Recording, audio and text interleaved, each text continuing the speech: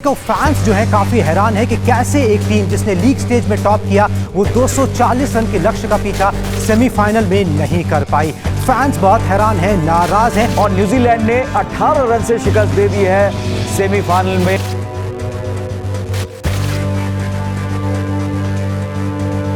एक ऐसा world cup जहां दुनिया भर के दिग्गजों ने मान लिया था कि भारतीय टीम को हराना मुश्किल ही नहीं नामुमकिन था, क्योंकि भारत की उस टीम में अनहोनी को होनी करने वाले कप्तान महेंद्र सिंह धोनी थे। टूर्नामेंट में सर्वाधिक रन बनाने वाले रोहित शर्मा का बल्ला खूब आग उगल रहा था। भारतीय गेंदबाजी भी ऊंचे स्तर की हो रही थी, लेकिन सेमीफाइनल का वो काला दिन आया जब काली जर्सी की न्यूजीलैंड ने भारत को 2019 वर्ल्ड कप से बाहर कर दिया। उस दिन ना तो रोहित का बल्ला गरजा और ना ही कैप्टन धोनी का लक काम आया। आज की इस वीडियो में हम उसी दिल दहला देने वाले मैच के बारे में बात करेंगे, तो वीडियो में बने रहिए अंत तक हमारे साथ। आप देख रहे हैं द क्रिकेटरिस्ट।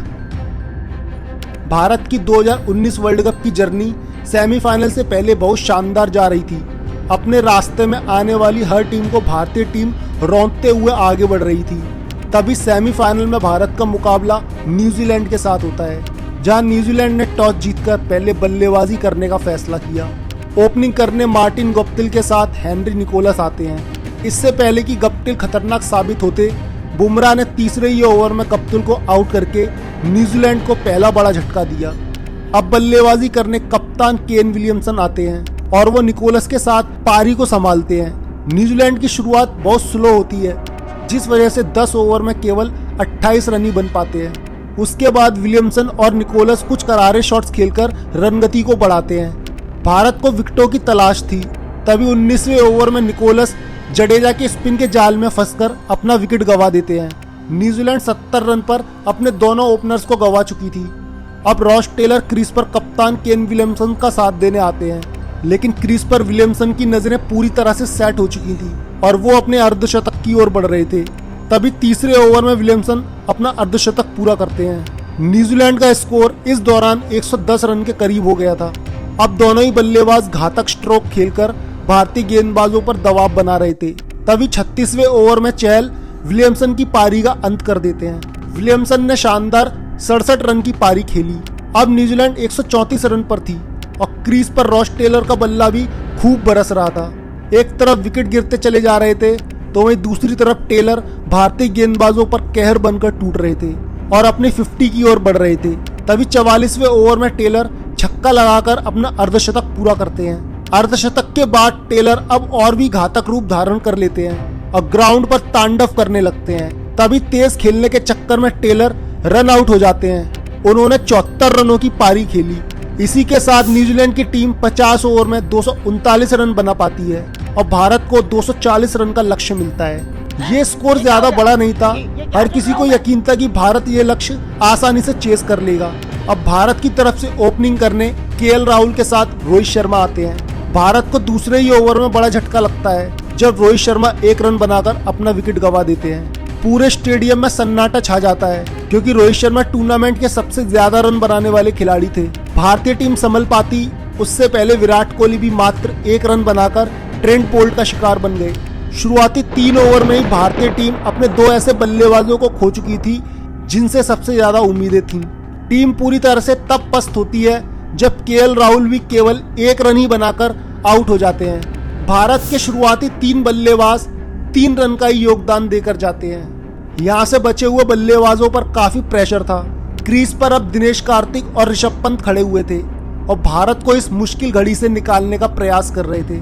तभी 10वें ओवर में दिनेश कार्तिक भी अब भारत का साथ छोड़ चुके थे। इस दौरान भारत मैच 24 रन पर ही अपने 4 बल्लेबाजों को खो चुका था। अब ऋषभ पंत का साथ देने हार्दिक पांड्या क्रीज पर आते हैं। पंत कुछ करारे शॉट्स खेलते हैं, पर 23वें ओवर में पंत भी कैच आउट हो जाते हैं। आधी भारतीय टीम मैच 71 रन पर पवेलियन में बैठ चुकी थी। 31वें ओवर में पांड्या भी बड़ा शॉट खेलने के चक्कर में आउट हो जाते हैं। मैच में न्यूजीलैंड अब पूरी तरह से हावी हो चुकी थी। क्रीज पर धोनी और जडेजा संघर्ष कर रहे थे। भारतीय टीम 33वें ओवर में 100 रन का आंकड़ा पार कर पाती है। अभी भी जीत के लिए 100 गेंदों में 137 रन चाहिए थे। राह बहुत मुश्किल थी, लेकिन जब तक जडेजा और धोनी क्रीज पर थे कुछ भी हो सकता था। और न्यूजीलैंड की टीम को भी पता था कि अगर मैच जीतना है तो इन दोनों को आउट करना जरूरी है। जडेजा का बल्ला खूब आग उगल रहा था और धोनी भी उनका बखूबी साथ दे रहे थे। अब भारत को जीत के लिए 68 गेंदों में 100 रन चाहिए थे। जडेजा अपने रौद्र रूप में अर्धशतक की ओर बढ़ रहे थे और 42वें ओवर में जड्डू ने अपना अर्धशतक भी पूरा किया। भारत को जीत के लिए अब 48 गेंदों में 74 रन चाहिए थे। मैच कीवियों के हाथों से फिसलता जा रहा था क्योंकि दोनों बल्लेबाज अब घातक बल्लेबाजी कर रहे थे। 32 गेंदों में अब 53 रन चाहिए थे। यहाँ से कीवियों ने अपने धाकड़ गेंदबाजों को एक तरफ से अटैकिंग पर लगाया और उन्होंने धोनी और जडेजा पर प्रेशर बना डाला, जिस वजह से भारत को अब 14 गेंदों में 32 रन चाहिए थे।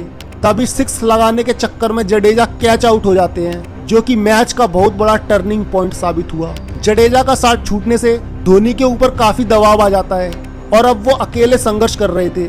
10 गेंदों में अब 25 रन चाहिए थे। तभी मैच की वो मनहूस गेंद डाली जाती है जिसने पूरे भारतवर्ष को गम के अंधेरे में डुबो दिया।